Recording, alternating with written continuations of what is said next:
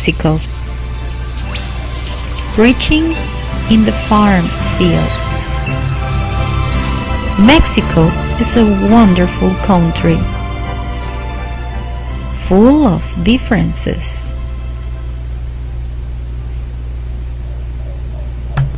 Full of colors, full of different cultures and stories. Just like in the rest of the world, Jehovah's Witnesses in Mexico work hard in order to preach to all the different areas of the country. The Bible book of Revelation foretells that among the survivors in the New World would be men and women of all tribes and languages. This is a huge challenge for our Mexican brothers, since there are 63 different languages spoken in this country. The Mexican branch has printed literature in at least 24, which leaves 39 languages without literature. Here in Mazatlan, Sinaloa, Mexico, our challenge, our privilege, and our opportunity is to preach in Mixteco, one of the many languages spoken in Oaxaca, south of Mexico. But what is Mixteco, and why in Sinaloa? Well, the Mixteco language, or Tu'unsabi, means rain word. It is the language of the Mixteco people, or Nu'usabi. It is the fourth indigenous language spoken in Mexico. The traditional Mixteco-speaking area is in La Mixteca, which is located in 3 different states: Oaxaca, Puebla, and Guerrero. Because of the extreme poverty in those places, the people have been forced to migrate to other places in the country. One good thing about all of this is that they will finally have a chance to learn about Jehovah, a loving God who really cares for each one of them. The best way to prove that Jehovah cares about them is to send us, His servants, to teach them not just to write and read in Spanish, but also to show them what the Bible really says. This will give them hope for the near future and, by making the appropriate changes, a much better life in the present.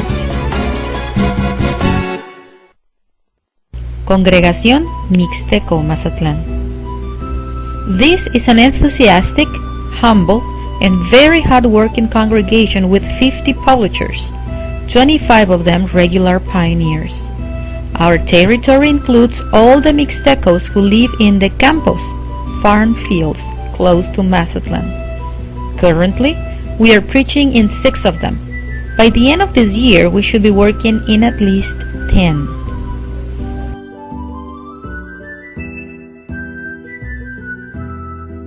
Campo number 1. The lifestyle and the workload make this campo one of the best ones we have to work in.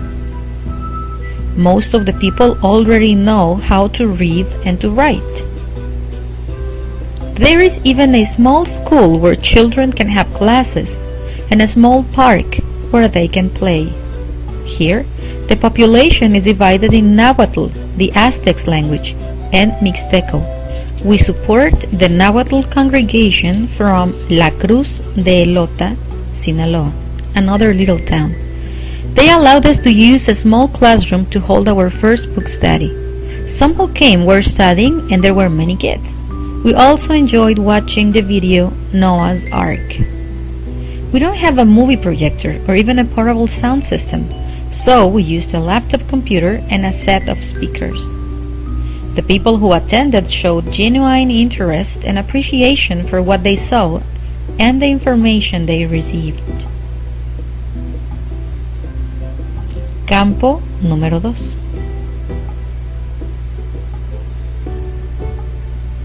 This is a very special and interesting place. since we have a buffet of indigenous languages. People here come from different states in Mexico. Most of the people have a beautiful heart and are very interested in learning.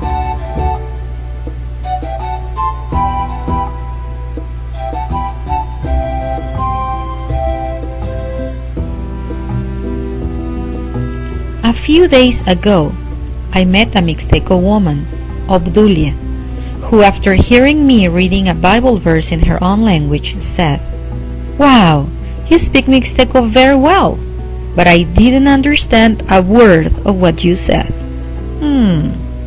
That's another of the challenges we have to face in places like these. There are different variations in each of those languages. Usually, we arrive at the house and greet the householder in Mixteco. If the householder doesn't understand, we try with another variety of the same language. If she still doesn't understand, then we try with all the different varieties and variations we have. Sometimes we are not able to find what variation the person speaks, and at other times we ask them how they say what we want to say in their own language. That is how we are building our own database of useful expressions in different languages.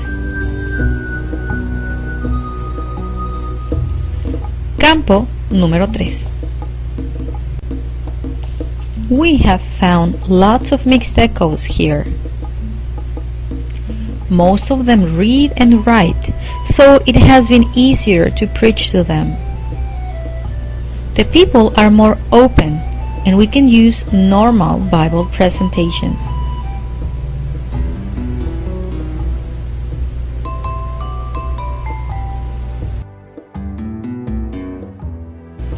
Campo número 4. Most of the people who live here are Mixtecos. Most of them don't speak Spanish, and of course, they don't read nor write. Their houses are made of cardboard. We try to keep in mind that the best way we have to really help them, what they really need in order to be free and to be happy despite the life they have had to live, is to teach them about Jehovah and His promises, where according to Revelation 21:4, soon there will be no more sorrow nor pain. Since their Spanish level is very low, sometimes trying to communicate with them is very hard. We have seen how Jehovah's Spirit helps us in this special assignment. Every day they trust us a little bit more. We had the memorial in this campo, and a total of 86 people attended. That day, all of us got dressed as Mixtecos. The sisters with their colorful and lively blouses and long skirts looked beautiful. The brothers with their white pants and shirts showed respect for the customs and traditions of the people to whom we were preaching. The best part is that the people in our territory liked it. Their history and present lives show that they have been continually humiliated and mocked by the ones surrounding them. When we talk to them, they feel more confident and even admire the respect and interest we show toward them. What is life like in these places? They work Monday to Saturday and sometimes Sunday. In some places, they are not allowed to leave the camp. In order to get in to preach, we have to ask for permission. Inside, there is a small store where they can buy their basic groceries. Generally, the women do their laundry and the men get drunk. There are no washing machines, so they use public washing places. there can be up to 11 women washing at the same time. The rest have to wait in line until one of the places is available.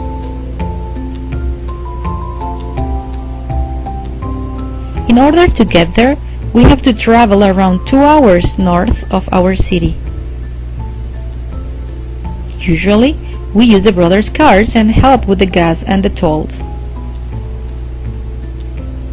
We also have to cross rivers, and there is always something happening to us.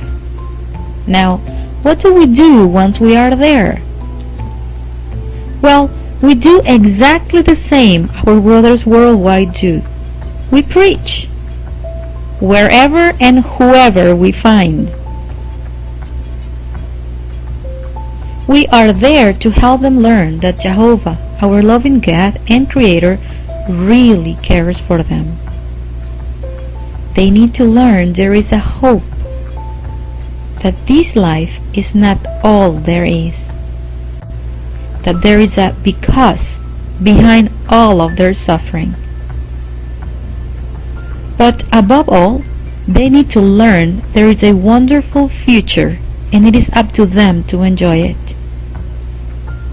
Now, is it worth it? Do they really need to listen to us? Well, allow me to tell you just 4 experiences and some challenges we face every time we go there. First, Don Maurilio is 40 years old and decided to learn to read and to write. The last time the brothers visited him, Petra, his wife, stood close to them listening to whatever they were teaching. At the end, Brother Valdez told Petra he was going to pray to Jehovah and asked her if there was anything she would like him to mention in that prayer. After thinking for a little while, she said, "Yes, please tell God to examine my husband's heart. Ask him to help my husband learn whatever it is you are teaching so he can stop getting drunk, change, and then we can be a happy family."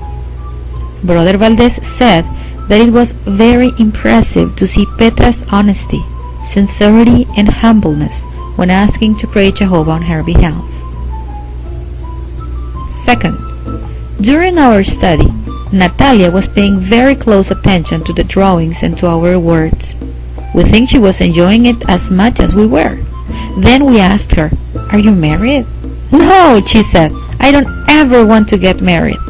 That was strange, so we asked her why. "I want to be happy," she said. "I don't want to be beaten by my husband like it happens to my sister. He's very jealous. He treats her very badly. Sometimes she doesn't even want to eat. I tell her eat, but she doesn't. She is too sad. I don't want that for me. I want to be happy." We told her she was very intelligent. Then we asked her, "How old are you?" 16, she said. "She's only 16. We felt so sorry for her, not just because of her circumstances, but because she is different from the rest of her people. She doesn't fit there. In that community, women are just good for 2 things only, to work and to have babies. They are not supposed to think. They don't speak. We are not sure if they even know there is a different way to live. But Natalia does. She thinks. She has a mind of her own. We respect her already. When we started talking about the resurrection, you should have seen her reaction. Her whole body jumped in disbelief, and her face and eyes showed the impact this hope had on her. Her Spanish is very bad, very broken. We had to tell her the same thing over and over again in different and simpler ways. We think she understood every time she heard. She just couldn't believe it. Then we talked to her about praying. We asked her if she had ever talked to God. She said she hadn't. We talked about the benefits of praying and all the different things she could talk about to Jehovah. "You will never be on your own again," we said. She smiled. Before we left, we offered a prayer. We told her, we want you to pay very close attention to what we are saying. If you agree with it, say Amen at the end. Otherwise, don't say anything. She refused. She thought it would be impolite not to say Amen even if she disagreed with it. But we were very clear. We said, no, if you don't like it, remain silent. We wanted her to feel she had the power to make her own decision. We wanted her to feel she could be respected for who she was and what she thought. So we started the prayer. We told her to bow down a little bit and to close her eyes. She was very obedient. Then, before we were done, she said in a loud and confident voice, Amen! We just smiled and continued praying. We told her that we wanted her to talk to Jehovah many times during the week when she was sad or happy or worried. Talk to him many times, all the time. He will listen to you, we said. She had her eyes wide opened. After we were done, we asked her if she wanted to learn to read. Anxiously, she said yes. We started our first lesson. It turns out she already knows the vowels, but she's very insecure about it. We made plans to study again next week, and when we were leaving, she said, How? How what? We asked. How do I start to talk to God? How can I do it? We explained some openings, but the most important, we emphasized, it is your heart.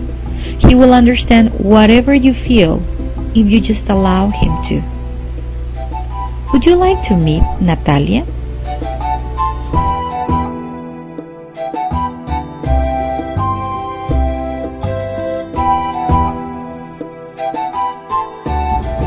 Third, Andres tells us that after studying a few times with Don Jose, he asked him to come earlier next Sunday, since there was something he wanted to show them. That Sunday, the brothers got there earlier than the appointed time, and Don Jose wasn't there yet. The children said he had gone to work very early, so he would be back on time for his appointment with them. When he finally arrived home, he told the brothers, Since I started studying with you, I decided to start to study with my family. Every time I study with you, I go and study with them. I want you to see how I do it, and then let me know if I am doing it right or wrong. Fourth, let me tell you about Adriana. Actually, her name should be Adriana. Since she's 7 years old, she pronounces it incorrectly. Her mom died a few months ago while giving birth to her 7th son. Her dad decided to give away his new baby born to the doctor who took care of them while in the hospital. So, Adriana only has to take care of her other 5 little brothers. On Saturday, we arrived at 5 p.m. to that campo. She was waiting for her dad to come back from work to feed them. They were getting ready to have breakfast. They are very poor, and her father has said that he is willing to give his sons and daughters away in adoption if anyone else offers them a better life than the one he can provide. On Sunday, we got to her little place. As soon as she saw us, she went back and brought 2 heavy for her age plastic racks so we could sit on them. She listened attentively to everything we said and was very happy to hear Jehovah's promises. It is amazing to see how at her young age she has such a terrible life to live, and her little and innocent heart to help her face it. We keep praying for her, her dad and her little brothers to receive the inner peace only Jehovah can give, since sometimes that is the only thing we can do, but at the same time, the only one that really matters. Please meet Adriana.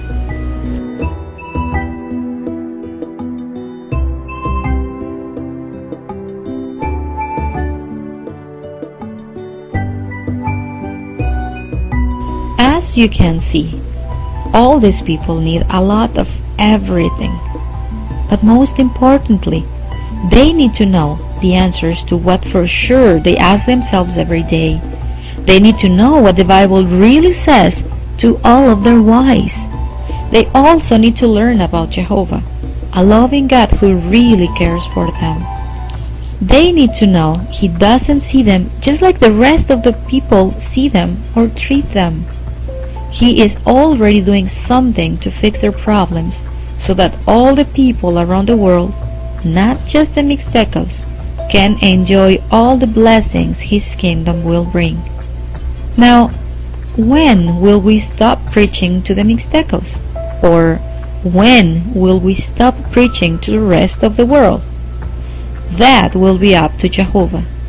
And that day, we hope the words in Matthew 25:21 can be fulfilled in us. Well done, good and faithful slave. Enter into the joy of your master.